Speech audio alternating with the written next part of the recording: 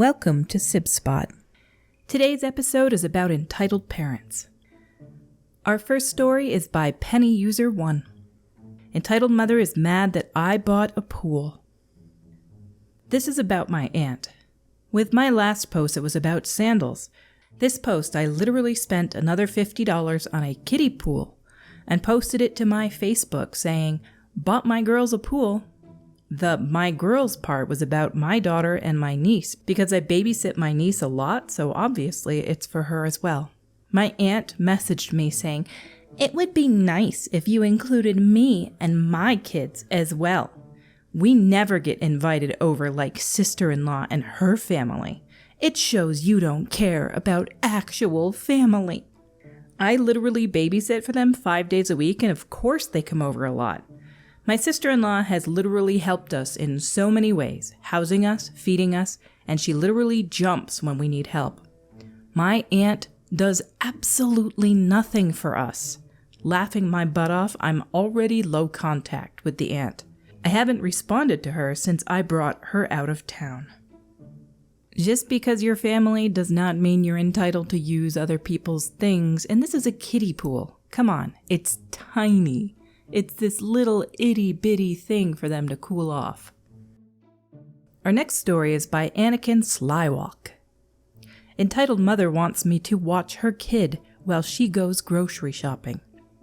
This is another short one, by the way, and the last one is quite long. I work at a grocery store part-time over the summer, and recently, a middle-aged woman and a very hyper 4-year-old girl walk into the store. She spots me and walks over to the customer service desk, which I happen to reside by. I didn't notice her at first, so she decided to snap in my face. I was surprised, but I put on my nicest face and asked her what she needed help with. She says in a high-pitched mother voice, "Hi, my little angel here gets quite excited when we go grocery shopping. Do you mind watching her for a bit?" she asks. I was surprised at this because no one has ever asked me this before. I replied with, "No, I'm sorry, I cannot fulfill this duty as it's not my job. I am happy to help with anything else." And she looks at me and says, "Well, it is your job. You work here." I nod and explain to her what my job includes and how babysitting isn't any of that. She gets angry with me and asks for a manager. I find my manager and he tries very hard not to laugh. He explains that I cannot fulfill what she wants me to do. She then says, "Well, you've lost a customer," and she storms away. Honestly, it made my day.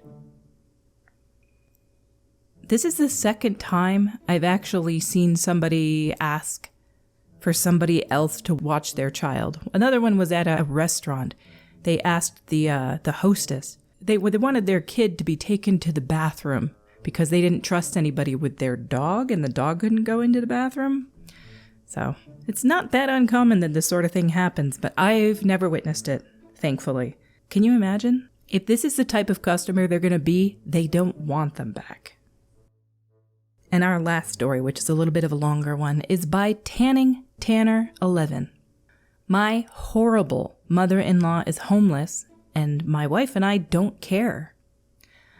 I'm a 25 male and married to a 26 female named Carol, and her mother, Danielle, who is 61, is a complete bag of garbage, and that's the nicest thing to say.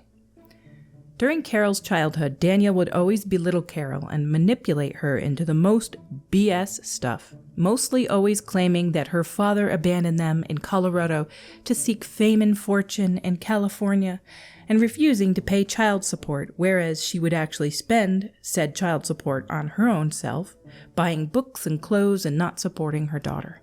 Danielle also changed Carol's last name on Social Security to Danielle's last name when she was a little kid, which made it incredibly difficult for Carol to find a job as an adult because she was an illegal alien to the U.S. government.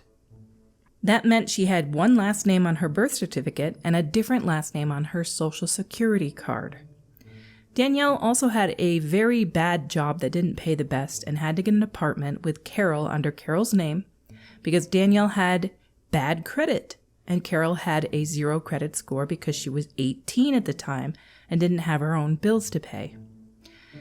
Danielle kept getting on Carol's case about not having a job, but Carol said she couldn't because of the name issue.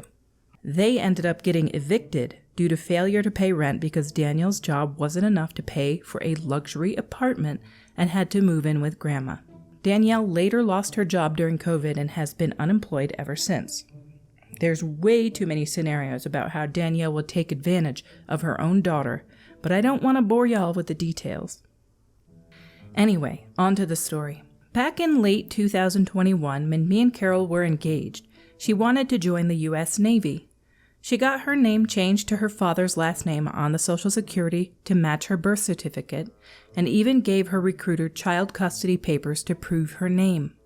She enlisted, got through basic, completed her A schooling, and got her orders to serve on a ship.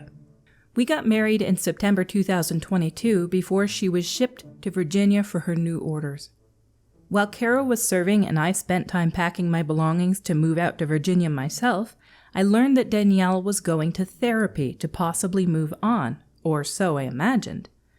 I tried so darn hard to stay away from her during that time, but she was always bugging me, wondering why Carol wasn't talking to her during the day. I let her know on repeat occasions that she has no cell service on her ship, but to her it was just one of those in one ear and right out the other things. I eventually made it to Virginia in December of 2022 to be with Carol. We have been ignoring all of Danielle's calls for a while. Fast forward to April. Carol gets a text from Danielle asking her to call her to talk. They talk on the phone for a while, and Carol learns that her grandma is not doing well. I also get my brother's high school graduation invite in the mail, and I want to see him graduate in May, which means Carol wants to see her grandma because she fears that she may not make it to the end of 2023. Danielle seemed to be super nice, and Carol and I both thought she changed because of all the therapy she'd been getting. So last week we fly back to Colorado, and Danielle loans us her car while we're there and was being way too nice to us, like a decent human. We see my brother walk across the stage, and Carol gets to see her grandma. While there, we learn that Grandma wants to move into a more safe place with Carol's aunt because of her health. And Danielle has to move somewhere else because, in her eyes, everyone doesn't want to take me in because the family doesn't like me. We told her that if we weren't living in a 650 square foot, 1-bedroom apartment on the other side of the country, we could help her. Again, she starts being even nicer to us while still in Colorado. I even warned Carol that her being nice could mean something bad in the future given her past behavior. Carol agreed. A few days after we flew back to Virginia, which was 5 days ago, Carol gets a text from Danielle says that she's going to have to live in her car because nobody will help her and let her live with them. Carol asked her why she can't get a job and get her own apartment, and she said, "I can't get a job at my age, and it's been too long, and it's very expensive to live on your own, especially in Colorado." Carol told her that we unfortunately can't help her because 1, we live in a small apartment, and 2, we live 7 states away on the other side of the country. So now, here we are today. I'm at work and I get a call from Carol saying that she needs to be with me. I ask if everything's okay because I can tell she's not. She said she would talk about it when she got there. 30 minutes later, she shows up and I go on my lunch break with her. She tells me that her mom literally asked for $1,000 to help her move from Colorado to Virginia so she could be with us. $1,000. We told her multiple times we couldn't help her because we don't have that kind of room. We let alone don't have $1,000 to just give away because we live paycheck to paycheck. I was so flabbergasted, and Carol told me that her being super nice in recent times was way too good to be true, which is what I felt would happen. She either didn't get the therapy she needed or she lied. I don't know what the case was about that because there's no proof. I wasn't around for this part, but Carol and Danielle argued over the phone, more like cussing each other out per se. Danielle was upset with Carol for not providing a home for her when she did it for her first 20 years of life, and now Carol can't return the favor. Carol then told her mother, "Just F off already," before hanging up and blocking her completely.